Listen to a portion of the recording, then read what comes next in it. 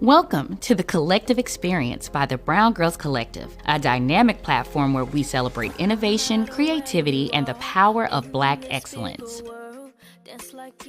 Each episode, we sit down with change makers, visionary industry leaders, and groundbreaking entrepreneurs across the worlds of fashion, tech, education, business, and more. This is more than just an interview series. It is a space where stories are shared, wisdom is exchanged, and inspiration flows.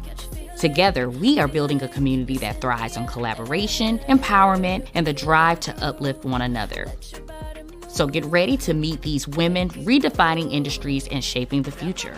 This is the Collective Experience, where we take center stage.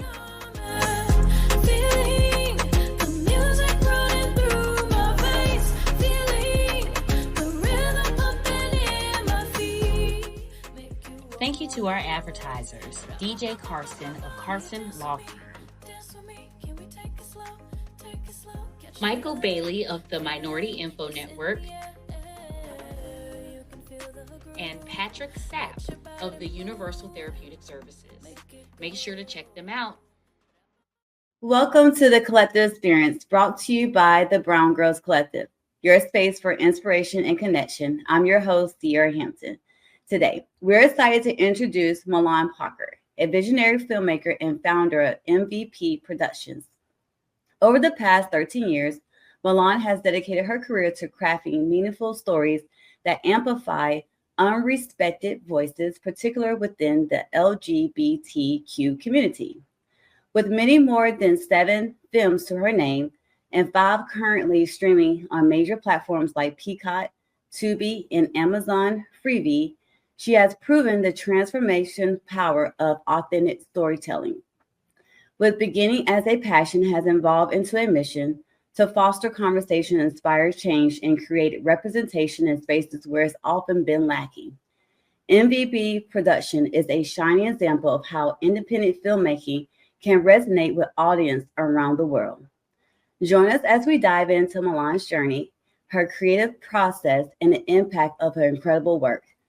Welcome, Milan. Hey, hello. How you doing? Thank you. Good. How are you? I'm good. I can't complain. You know, it's cold out here, a lot of snow, but I mean, I'm in the house today, so I'll have to do it right now. And where you snowed in at? Chicago. Ooh, how much snow do y'all have up there? From the looks of it right now, it looks like it's about 5 inches. Yeah. What do you do in the weather like that? Like besides stay in? I mean, I still like to navigate around, so I would probably shovel, get out, go maybe somewhere to eat, maybe to the mall. Like, I don't like to just be trapped in the house just because of the snow. I know how to drive in the snow, even though a lot of people don't. So I try to, watch myself around everybody. But yeah, I try not to let it get me down because I'm from here, so I'm used to it. Right. I couldn't survive there, but kudos to you, and stay safe while you're going through that bad snowstorm. Let's start off with our icebreakers. This or that is the game we like to play. Okay. Spin that wheel for me, please. All right.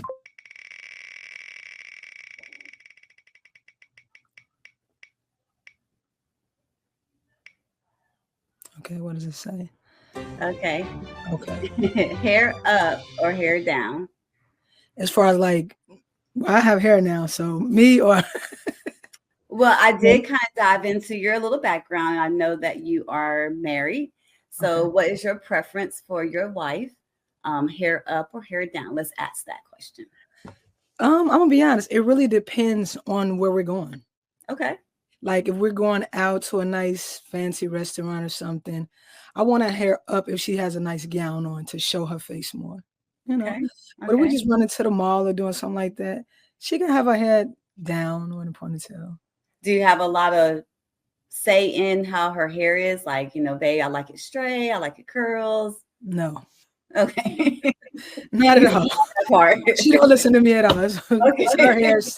I make like some kind of like, hey, she will ask me. I won't say that. She will ask me like, man, what do you think about this? Should I do it like this today for this? I'm like, yeah. So she will, but it's only rare. Like we really going somewhere, she'll trust my opinion. But now she like, no, I'm doing my hair. I'm like, all right. Okay. That's enough. Let's go into our next one. Spin that wheel for me, please. All right.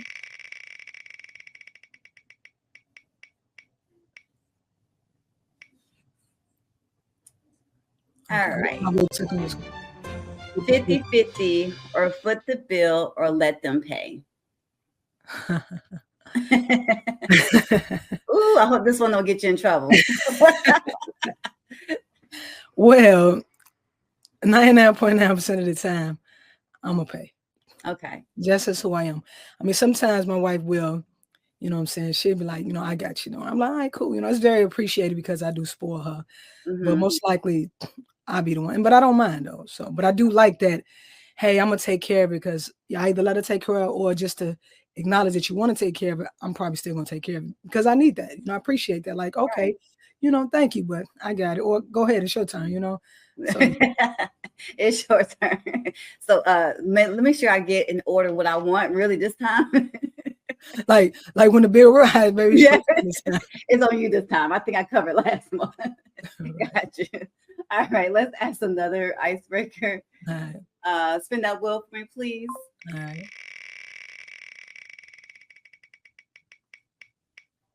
Major love to our sponsors for stepping in to make all of this happen. IAS Games for family and friend game nights. Out the Barns Entertainment for your video editing needs. Camera Guys Inc. for video photography and your editing needs. Intro music by Sedasia and music provided by Drea. Your contributions keep us going and help us grow. All right. Another one we're gonna ask about your wife. What's your preference? Me personally, I love heels. Okay. Do my wife always wear heels? No. Okay. No. It's just uncomfortable. So I try to, understand with that. But I love heels. I mean, she will wear them. Like I said, once again, we're going out somewhere, nice. But she either wear boots. She loves boots. She has so many different kind of boots, a heel boot or regular boots. Or she got her, she want to wear gym shoes, but not often, but she like her boots, like Doc Martens and stuff like that. One with a nice little thick heel boot, So, but I love heels. Huh? Perfect for the weather, Yeah, but I love heels. Heels to me just. Do you have a certain brand that you prefer? Not particularly. I mean, Louboutins are sexy only because of the length, the heel, but yeah. My wife, listen, I bought her son for Christmas, not this past year. Before that, she's like, yeah, I don't want them. I had to take them back. Yes. What? Yeah, she did not want them, so I had to take them back. She was like, I'm not that kind of girl, you know that. I was like, all right, great. Let me take these back. Yeah.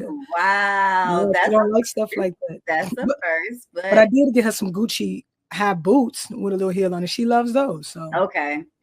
Yeah. I mean, like you said, it's her preference too. Yeah. Okay. Cool. Yeah. All right. So tell us a little bit about yourself. Where are you from? Just so our audience can know a little bit more about you. Okay.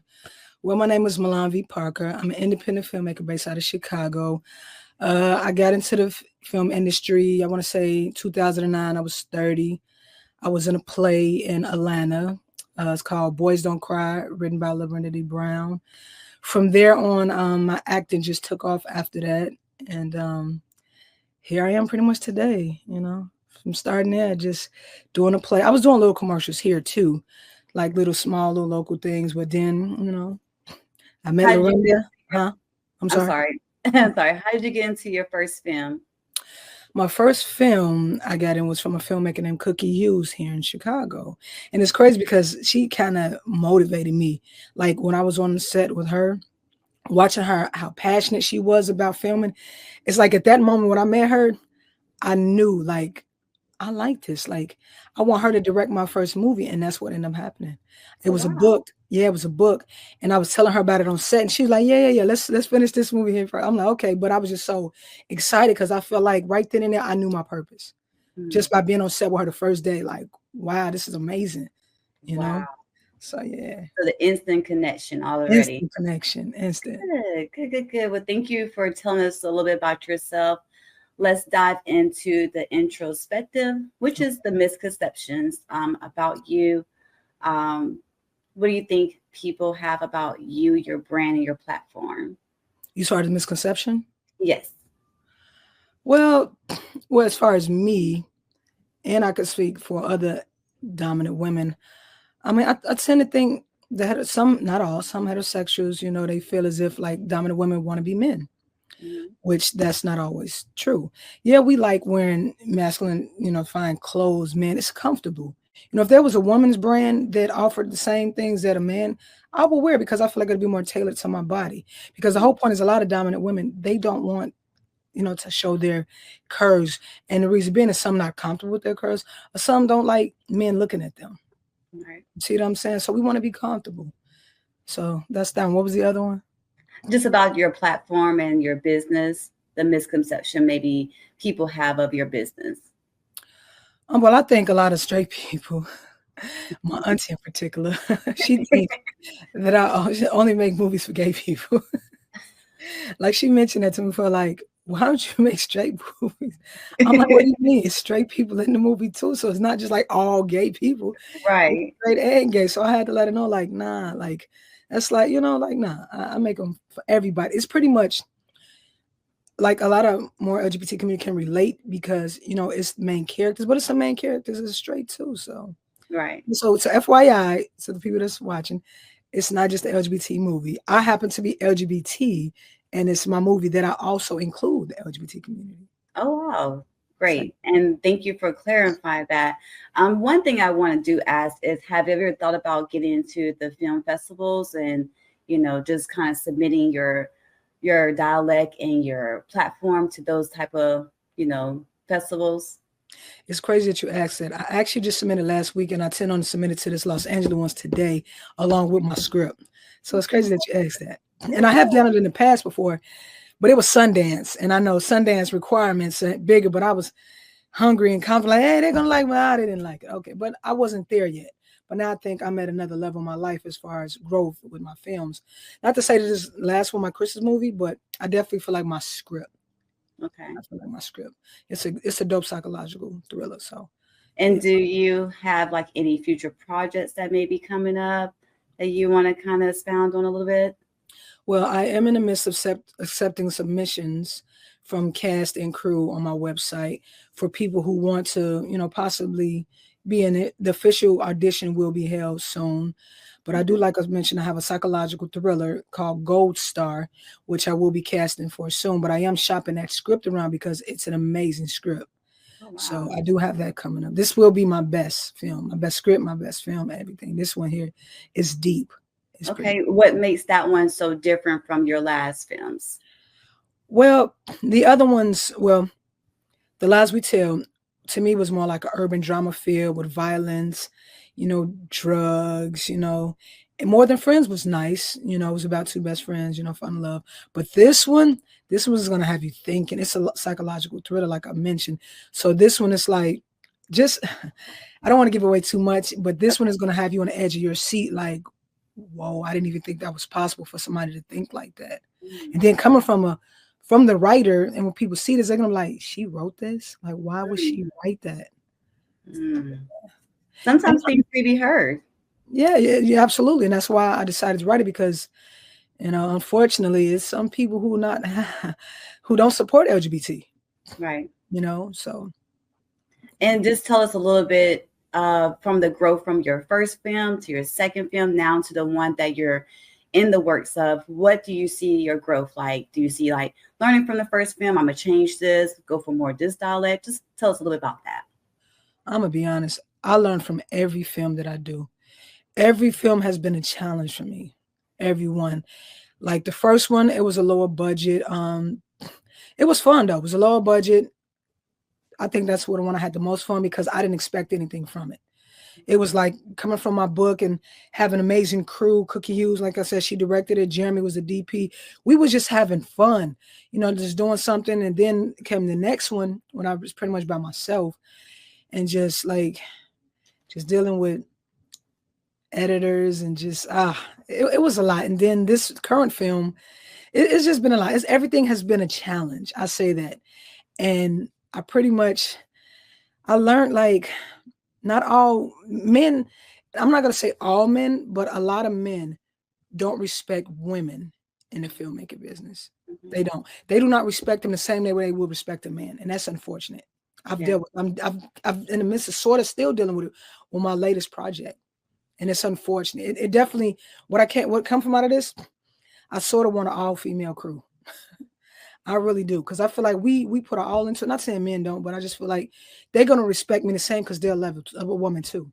Right. With these men, I'm a woman, I'm a lesbian woman, I'm a dominant lesbian woman.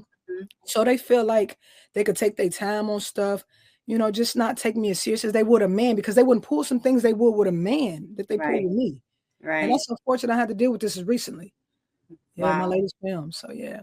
I was always told, you never send a man to do a woman's job. So I'm wishing you well on getting that female's crew soon. Yeah. Let's kind of dive a little bit into your passion, your identity. And I think we kind of touched on this a little bit, but what inspired you to start your journey, and how does your personal story connect with the work you do today? Well, as I mentioned, being on set with Cookie Hughes, that's what pretty was a door open for me, seeing that. And how does it my personal, you said how does my personal with the community? What did you say? I'm sorry. How does your personal story connect with what you do today?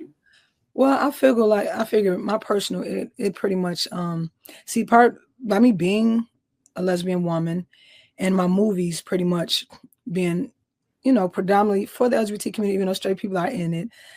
I pretty much just feel like, like they can relate to it, and I write things that they can relate to, because I want to see, like, okay, let me explain it. A lot of people, from what I've experienced and heard, and people have come up to me and tell me that their movies have really helped them to get by as far as being gay. And some people that were straight have hit me up, said, thank you for doing the movies you do. It helped me understand my child. So I'm glad that I was able to, branch that together as far as, people it'd been an eye opener for people to accept who they are and to accept family member that they think was different, but, overall they still love them. And tell me a little bit about Cookie. How did you connect with her? And, I know you said that she had a major impact on, how you got started, but is there still a connection with you and Cookie now? Well, how I met Cookie is, she is crazy because when I was younger, she said she seen me on a train in the city one day, and she was a filmmaker since the 90s. She said she saw me and she was like, I want to work with her one day. So in 2010, she messaged me on Facebook, and she wanted me to play this character named Marco in her movie called My Mama Said Your Mama's a Dyke. So I was, and the whole point was, my mom was in the movie. She wanted to be a stud, so she wanted me to teach her how to be a stud, and she was trying to wear my clothes and whatnot. But so yeah, that was that movie. But it's crazy you asked her, because she just premiered a movie that I was a co-star in last month for Christmas called Sister Scrooge.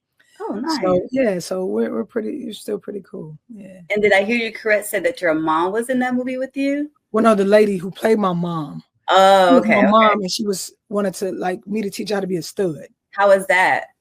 Well, she was wearing my clothes, following me around, trying to act like me. It was funny. It was like a shadow. Yeah. It was funny. All right. So let's learn a little bit more about your business. What sets your business or entity apart, and how does it impact your community or industry? I feel like it sets it apart because I feel like I write about, authenticity in our, community. Like I just feel like we need to see more of us on TV. Now they are starting to do it more and more, but back when like 14 years ago, we didn't really see that. So we didn't really have nothing to look up to. So now I feel like I set it apart because I want to make sure I'm pretty much putting us out there in a nice light. You know what I'm saying? Like we got the love story, and then the realism of drama, living on the down low and not being honest with your partner. So I feel like, man, pretty much sets us apart because of the authenticity of it. Behind the scenes, there's a lot of hard work that goes into this production, and we couldn't do it without our amazing sponsors, advertisers, and crew. And tell me a little bit about, like, once you got into like the film part, how did you get into writing? Like, what made you start writing about stories that's more relatable? Well, I want to say it was 2000. And look, I remember years here. 2000, I want to say 7. I had a book called Who Was She? But before it was a book, I was with somebody at the time, and we was watching. It was like a movie with like poetry or something. And I was telling her at the time, like, I could write poetry like that. So it pretty much was a challenge. I like started writing just some challenging, like little short little stories. And then I turned it into a book, which is called Who Was She? So that pretty much opened the writing ability. And so after I started writing Who Was She, the book, then I went on to doing The Lies We Tell with the Secrets We Keep. So that's where it all started from. Just a challenge, playing around like, look, babe, I could actually write a story like that too, you know, and it was intriguing. So yeah, it came from my book. Good. We all like a little challenge here and there. One more question I do want to ask is, how does it feel to be like the first person to make films that represents your community? It feels amazing.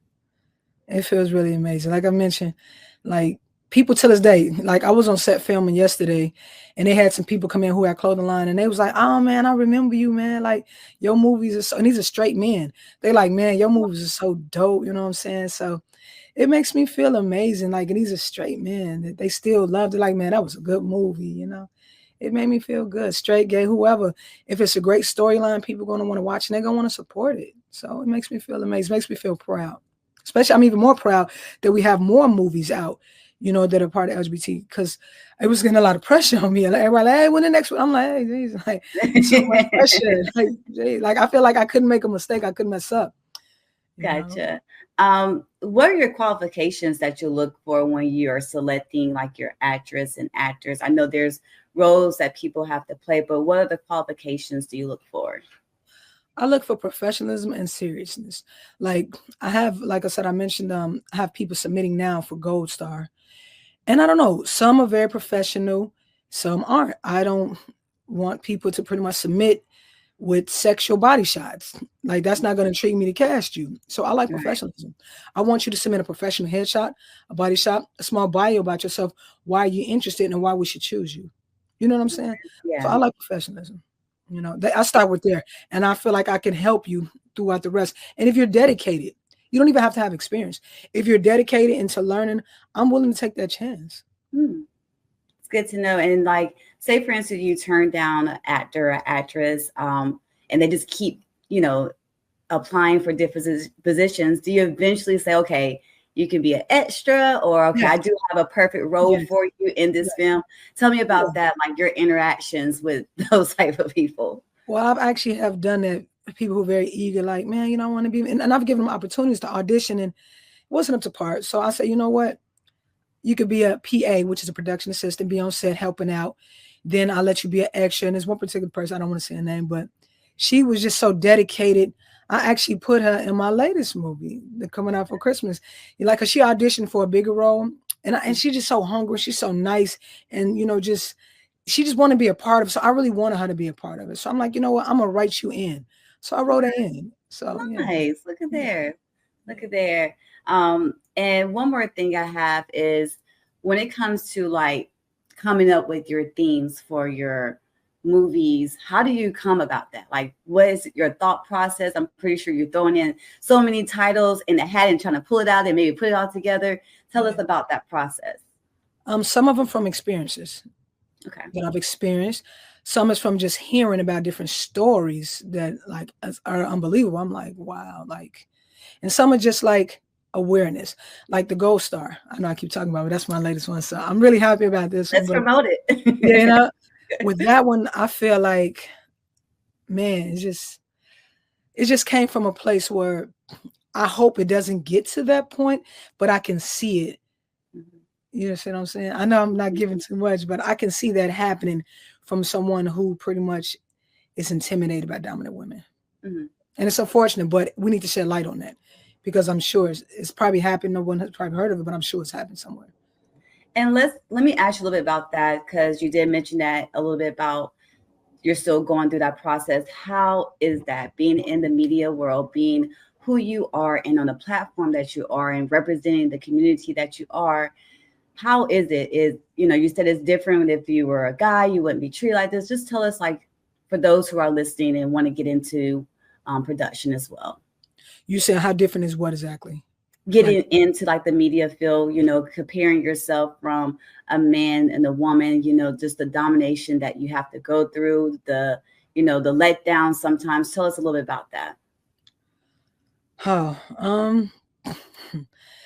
Well, getting into it, like you saying, like first starting off, how to get into a period.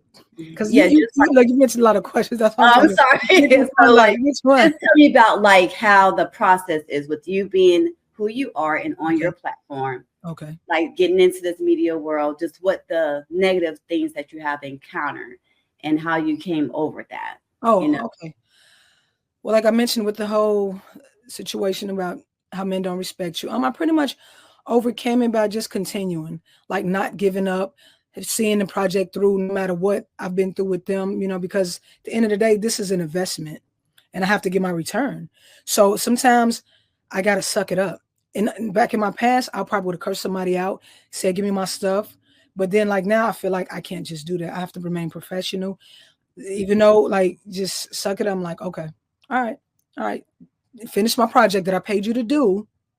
And then we'll go from there and I'll get my hard drive and my movie from you so I don't have to deal with you no more.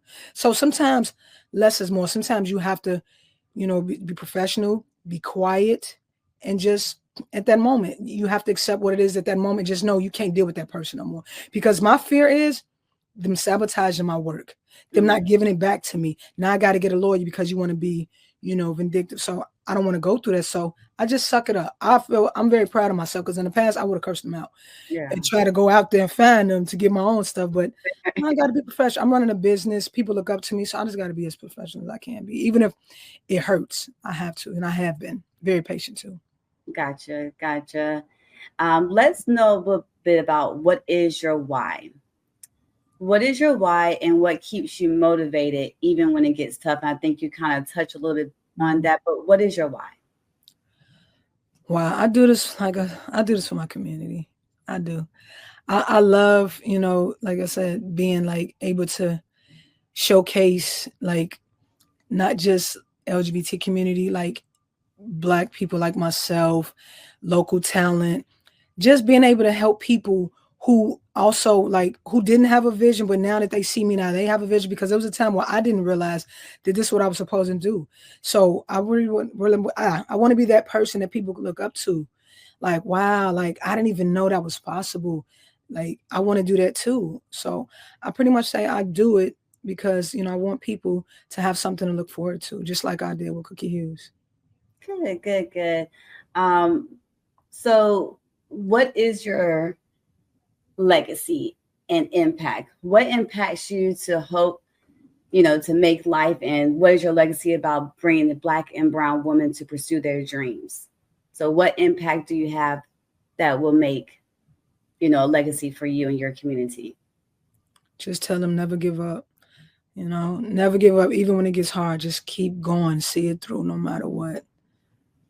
You can't give up. You can't give them what they want. You got to keep going, And who's your biggest inspiration? Like, who do you look up to? As far as filmmaking or just overall? Filmmaking and overall. I feel like there's some people that's behind you or someone that's keep pushing you to do what you're doing. I would have to say I look up to my mom. Okay. Yeah, that's my heart. That's my best friend. I look up to her, how much she's been through in life, and no matter what she meant, make sure that I had a great life. So I look up to my mom. Yeah. As far as filmmaking, I know I mentioned Cookie Hughes so much, so I gotta show her, homage. But I definitely look at her. She's from Chicago. She's a Black queer female as well. She doing her thing, Her, I look up to other local filmmakers that's doing their thing that's up and coming. It's a lot. It's a lot of people, a lot of actors, a lot of people that I look up to. And I'm proud of them too, So, where do you think you see your legacy 20 years down the line? I think I see it like just getting to the point where like, how can I describe it? I just feel like I'm tongue tied right now. Okay. I see my legacy down the line pretty much just overcoming so many different things, just people just looking up to me and just being happy, that the things that I've done, that I've accomplished, and just, just pretty much being that source of like inspiration to them. And, I know I jump around it so much. I know You're fine. If you could get one award. One award? What award would it be? One award. I would have to definitely say one award. Man, if they had a category for a person not giving up when they want to give up. Seriously, giving up not when they want to, because I got so many stories for this last movie that I've been through. So if they had a award for the #1 filmmaker who went through so many obstacles and never gave up and saw it through, this is for you. I would definitely say I've been through a lot. Good. Yeah. And that's how you are true, authentic with yourself. Yeah. So we love that. What's one piece of advice or wisdom you would share with the next woman stepping into this space? And what is one question you'll love to ask her? I want to ask them, like, what made you want to get into this and why? You know, like, how did it come about? What makes you want to do this? Because you got to have a reason behind it. You know, you got to start with like, okay, this is what I want to do, why I want to do it. And just, you got to see it through. You know, you can't give up. You got to see it through. Right. So, yeah. And what would be one question that you'll love to ask her? I would ask her. Or advice. Advice? Yes. Advice. What advice? And you say she's up and coming? They're probably up and coming? Yes. They're stepping into what you're doing, and, you know, how would you encourage them? Okay, no, right. Oh, my advice. Yes. Okay, I thought you said asking them advice. Oh, I got advice for them. I'm sorry about that. No, that's okay. My advice to them would be, oh man, just pick thoroughly who you want to work with. Okay. Cast and crew, you know, make sure, you know, you're picking the right people who's going to see your vision through, who's going to help you grow as well. You know, just make sure you don't lose yourself in the process as well, because you can. And, you know, and whatever it is, once again, just see it through, especially if it gets hard, because it will get hard. Right. Nothing's going to be easy, you know, and the harder it is, the better the outcome. That's what I have learned. And how do you go about picking your crew? Like, how do you eliminate the ones, you know, okay, she's been with me for 3 months, but she's not getting it. How do you pick your staff and your crew? Clearly, I haven't done a good job if I'm still going through it. It's okay. I'm being honest. Well, moving forward, I do have a gentleman who's supposed to DP for me, and I pretty much see his effort, because we had makeup days for the last movie, and he was dedicated. He keeps hitting me up about being in it, even though I want this all-female crew. He's eager, he's happy, he's excited. So I just watching him, seeing how serious he is, how he really wants to be a part of it. I guess you got to get somebody that's hungry. See, when people aren't hungry, they don't really care.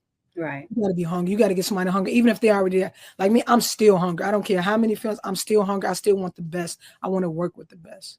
Right. You know? Right. Just be selective and choose, in other words. Yeah.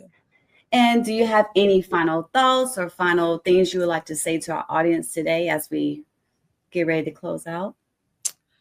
Final. I would like to say, first and foremost, thank you all for having me. It's my first interview for the New Year, so I do appreciate that. And I also want to say, no matter what life throws at you, you got to be prepared, because the unexpected can happen at any unexpected time. And just don't fold, you know. Just don't fold and just keep going no matter how hard it get. You got to keep going, because so many people want to see you fail, but also so many people want to see you thrive. And you got to be that voice of reason. You got to be that inspiration to other people to see that, to know there's a possibility that you could fail, but you push through and you still standing tall like me. So, yeah. Well, thank you, Milan. We're so grateful for your time and the light you bring to the world. To everyone watching, thank you for being a part of the collective experience. See you later, Brown Girls. All right. Take care. Thank you. Thank you to our advertisers, sponsors, and everyone who made it possible. And of course, thank you for tuning in and being part of the Brown Girls family. See you next time. Oh, girl, I love you just like Mary Jane. I give you everything. Damn, I hope you feel the same. Come and make it better, just like Mary Jane. Oh, girl, I can't complain. I need your touch, can't get enough. Come and beat me up, it's just like Mary Jane. From the middle of the club, you say you running low again. Well, let me fill your cup. I got some papers in my section and some fonts in the tuck. She been calling me Spliff Daddy, baby, please. one time with that. Tryna know your heart by the time we start, baby, ain't no hiding facts. Maybe if you with it, we can start a tab. Break down them walls, you can let me in, I can be your quarterback. Come on, put our team right on the map. Oh girl, I love you just like Mary Jane.